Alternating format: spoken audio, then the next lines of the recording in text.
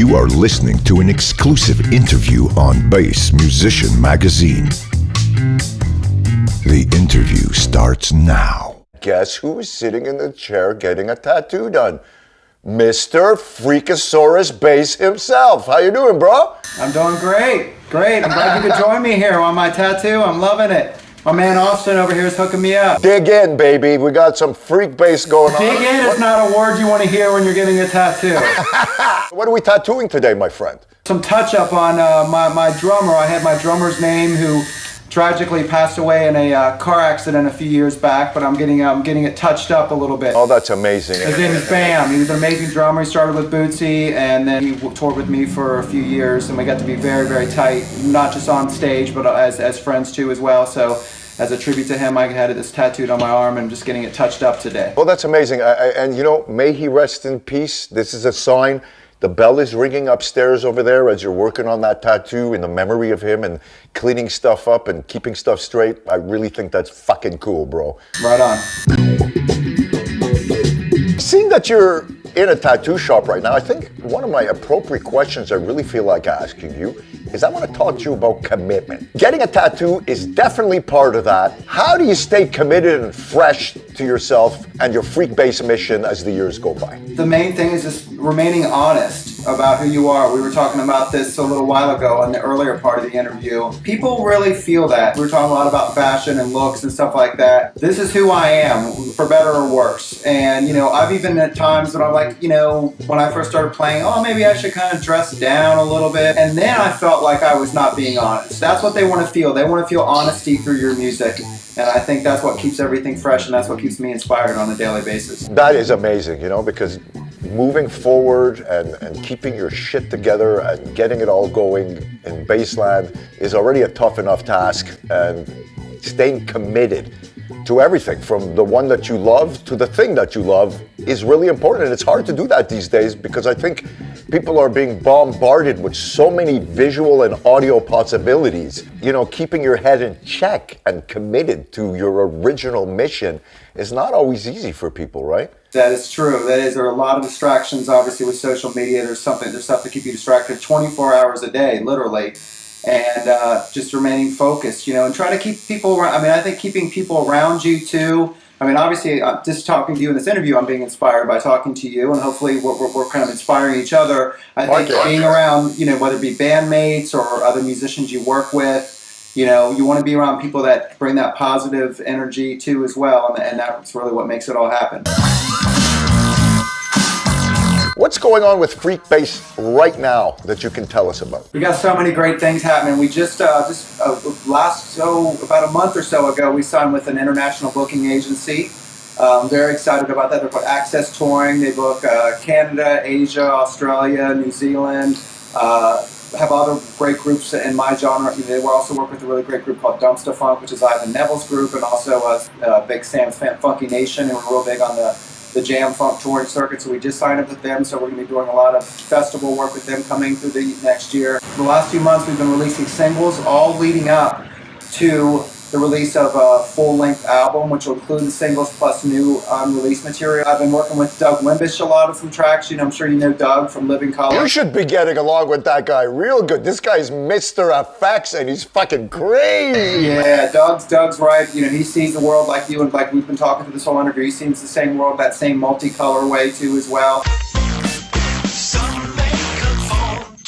Our one single, Stepping Out of Line, the video a month or so ago, popped over 200,000 views, so it's kind of gone semi-viral, which was really exciting. And is there any secret stuff in the future that is coming up? Any little tidbits that you want to slide in there and let us know about? The next album, and that's going to be coming out in early spring. We're releasing it on vinyl too as well, which I'm super excited about. Besides my own group, which is Freak Bass and the Bump Assembly, I also tour with this group called Headtronics.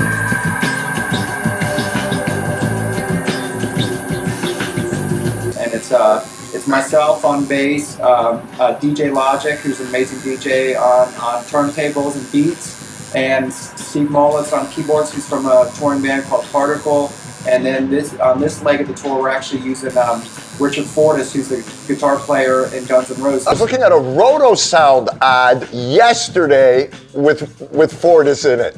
I can't believe you just mentioned this. I was looking at him and saying, this fucking guy looks fucking cool, and he's really got his stats just right. He's fantastic. And Headtronics is really cool too, because all the shows are 100% improvisation. We do a 2-hour show. It's 100, literally, DJ Logic starts a beat, I start a bass line, we just name the key, and everybody just goes for it. And it just kind of has this crazy so every show you're seeing a different show. It's not like literally, some people say that, and there's always, no, this is straight up a different show every night.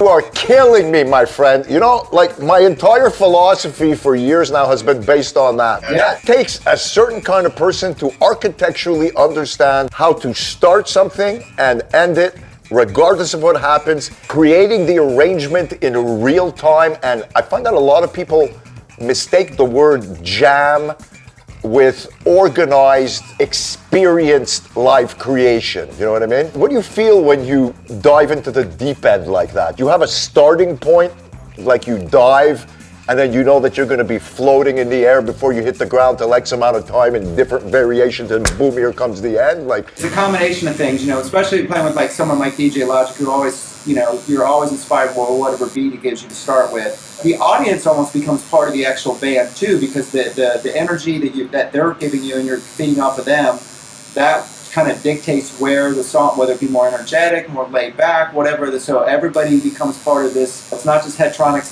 the 4 guys on stage, it's the whole entire crowd too as well. When I toured my band, one song maybe one night be 5 minutes long, and it may be 20 minutes long the next night, all depending on the energy we're getting from the audience. that's amazing. You know, what I love about that too, especially when, and I'm sure you're gonna record those shows, you get to surpass yourself. You practically gotta relearn your own shit because you've done shit that you just don't normally do, and actually became a better player, more experimental. This gotta happen to you all the time, right? Totally, you nailed it on the head. Yep, it's actually, you're almost like recreating yourself in front of, you're really laying it out there, put it that way. And again, it's almost like, swimming without a life raft, and that's the beautiful thing about music. It's a little intimidating at first, and we've had different people sit in with both my band and with Headtronics, and they're like, well, what should I do? And it's just like, you just get up there and just, jump, going head first. What I love about what you're saying also is if we go back to our favorite influences, going all the way back, these freaking guys were creating shit in 1 or 2 takes, which is exactly that philosophy. And then people wonder, wow, why did music sound so fucking great back then? Because the slight little variations that keep coming around, it's not a copy fucking paste thing, you know what I mean? Dude, let me tell you this, and I'm glad you brought that up. Like on all the new recent releases that we've had, even if we've done, we might have an idea, get, down to tape. The guy that's been producing my last few singles is a guy named Michel Laredo. Okay. Co-wrote Smooth by Santana along with Rob Thomas. He wrote Maxwell's first whole album with him too as well. When we got done with the bass line, we had the whole initial kind of thing laid out. Once we were totally done, it sounded like the track was done to me. It sounded great. He's like, okay. And there was it was Pro Tools, so there was like, we put sections together, right? He's like, okay, now you've got the whole thing down. Now let's plug in. And he had me recut all my bass lines all in one take, all the way across, just for the reason that you're talking about. So there was that energy, so you felt even that little bit of that more breathing, so there was no cut and paste sound to it. So it was all live and in your face kind of thing. That's what's amazing about what you're doing, because you really get to use the full spectrum of everything to do with old school music, new school music, digital analog mixture, and moving on to be able to hybrid all this stuff together. You know what I mean? A lot of people get scared. The music industry's gone through so many changes in the last couple of years with streaming, from digital downloads to streaming. The genie's out of the bottle. I say embrace it. All the technology we have, whether it be YouTube, streaming, Spotify, all those places.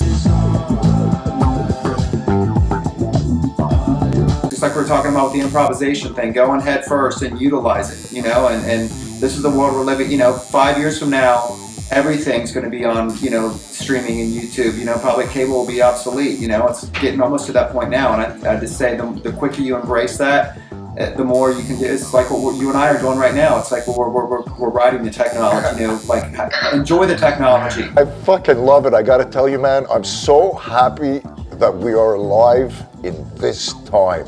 Having our past organicness and the amazing people we got to be influenced by growing up. Well, and the best thing is you can never, live is always, no matter what happens in the next 10, 20, 15, 30 years, whatever, you still got to come out and be able to perform live. That's still, you can hide, there's couple little tricks here and there you can do live, but ultimately you're still going to be able to perform, play your instrument, play it well, and that's why people go to live shows for, because yeah, you can get streaming concerts and stuff like that too to watch it on your TV or on your phone at home, but people still want to be there feeling that stuff coming at them live. Do you have any advice for bass players out there who want to put their shit together and take it to the next level? Well, I think you kind of touched on a little bit. I don't see so much in other countries, but some, especially in the United States, there's this kind of mentality when you're a player that you have to get to a certain level first before you can write your first song. And the one thing, I remember when I was a kid, we went to the UK and I was like, why is it so much of the music I like is out of the UK?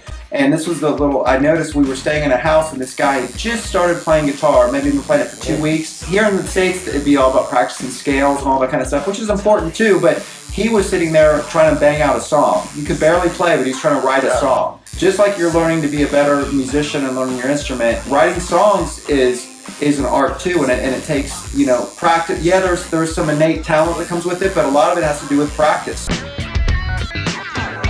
Whether it be country western or funk or bluegrass or rock or whatever, go all in. Be you, go all in.